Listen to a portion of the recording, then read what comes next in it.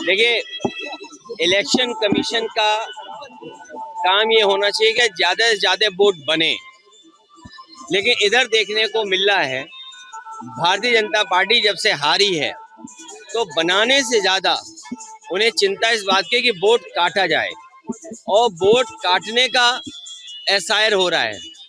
ये एसआईआर से बड़ी संख्या में लोगों के वोट काटे जाएंगे।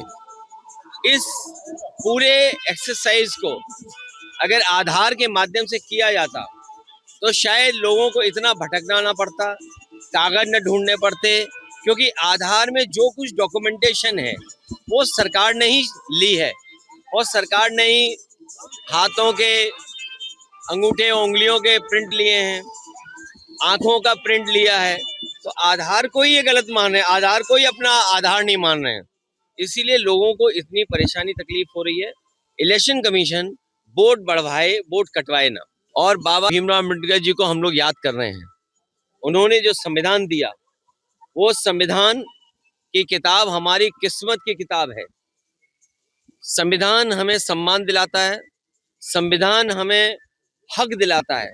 बाबा साहब भीमराव अम्बेडकर जी का संविधान जिसने हमें रास्ता दिखाया सबको एक साथ लेकर के चलने का।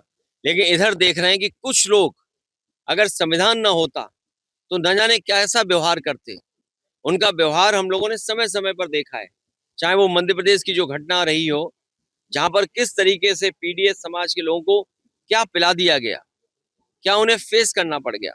इसी तरह सुप्रीम कोर्ट में भी जूता फेंका गया, और तमाम घटनाएं प्रदेश देश में सुनने को मिलती हैं, माता बहनों के साथ घटनाएं सुनने को मिलती हैं। ये संविधान है, वही हमारी रक्षा करता है। ये संविधान हमारा न केवल न्याय दिलाता है बल्कि हमारा रक्षा करने का काम करता है।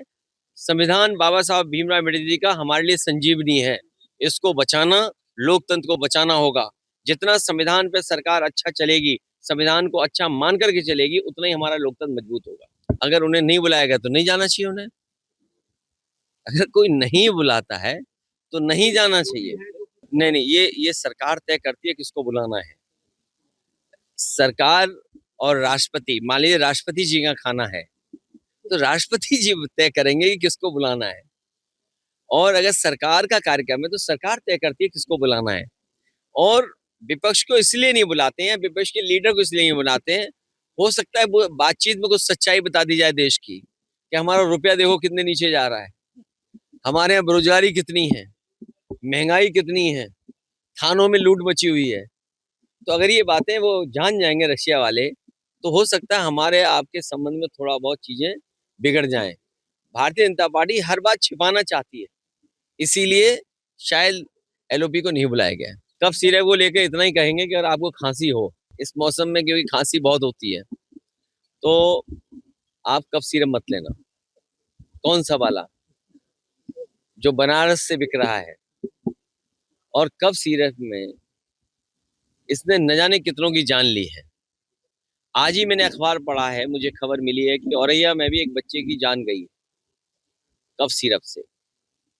और वैसे तो बुलडोजर तैयार रहता है, अगर कोई गलती कर दे कोई घटना हो जाए तो बीजेपी का बुलडोजर तैयार रहता है। इधर जाने कितनों की जान चली गई, जाने कितने लोगों पे आरोप लग रहे हैं। बुलडोजर का पता ही नहीं बुलडोजर है कहाँ, बुलडोजर का ड्राइवर भाग गया, कि बुलडोजर की चाबी खो गई, बुलडोजर का ही नहीं पता। आप सोचिए बच्चों की जान जा रही हो। और अभी तक तो हम लोग सोच रहे थे कि 100 करोड़ का घोटाला है। हम पत्रकार साथियों को धन्यवाद देंगे कि इन्होंने कहा कि 100 करोड़ नहीं है, ये 2000 करोड़ से बड़ा है। और फिर याद कीजिए, मैं पहले कह के गया था आपसे, ये कहते थे उत्तर प्रदेश में वन माफिया वन डिस्ट्रिक्ट वाली योजना चलती है। अब बताओ माफिया किन की पार्टी में ज्यादा है, माफिया लोग किस पार्टी में ज्यादा है, अपराधी लोग किस पार्टी में ज्यादा है? सब भाजपा में। चलिए जौनपुर का कौन है वो बताए सरकार, इटावा का ही बता दो कि टॉप 2, टॉप 5, टॉप 10 कौन है।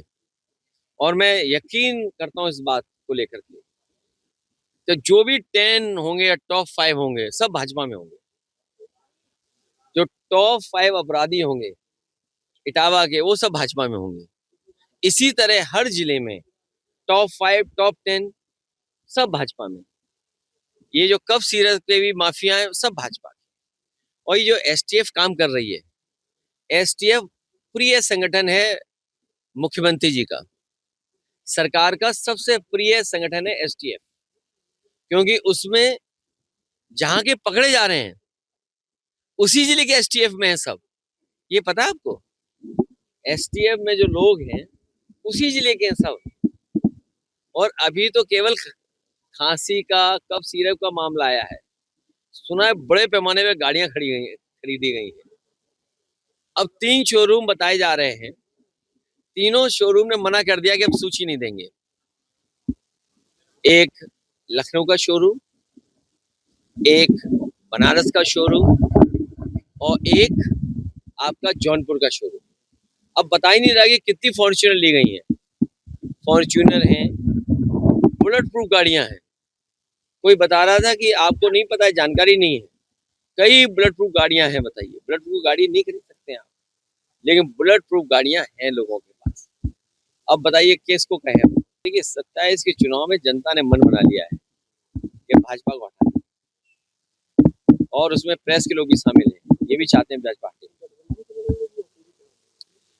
ये हमारा जो गठबंधन है, जो पहले से गठबंधन है, वो गठबंधन चलता रहे।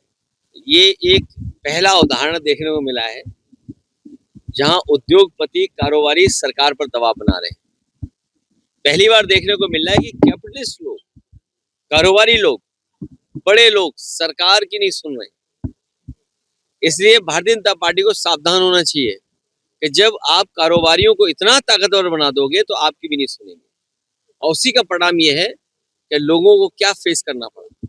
ऐसी ऐसी तस्वीरें, ऐसी ऐसी वीडियो आ रहे हैं, हम लोग कल्पना नहीं कर सकते कि कितने तकलीफ और परेशानी में रहे। कोई घटना से तकलीफ और परेशानी में हो, अचानक कोई बात हो जाए तो बात अलग है, लेकिन जानबूझकर करे कि यात्रियों को परेशान करना और अपनी ताकत का एहसास दिलाना। शायद ताकत का एहसास इसीलिए है क्योंकि कुछ कहानी सुनने को आई है कि इलेक्टोरल बॉन्ड्स बहुत दिए गए हैं। जो बॉन्ड ले लेंगे वो क्या उनके खिलाफ कार्रवाई करेंगे? जैसे हम लोग आपके लिए कभी कभी कह देते थे कि जिसका दाना उसका गाना,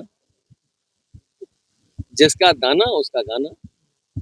तो यही चल रहा होगा कुछ इस तरह का।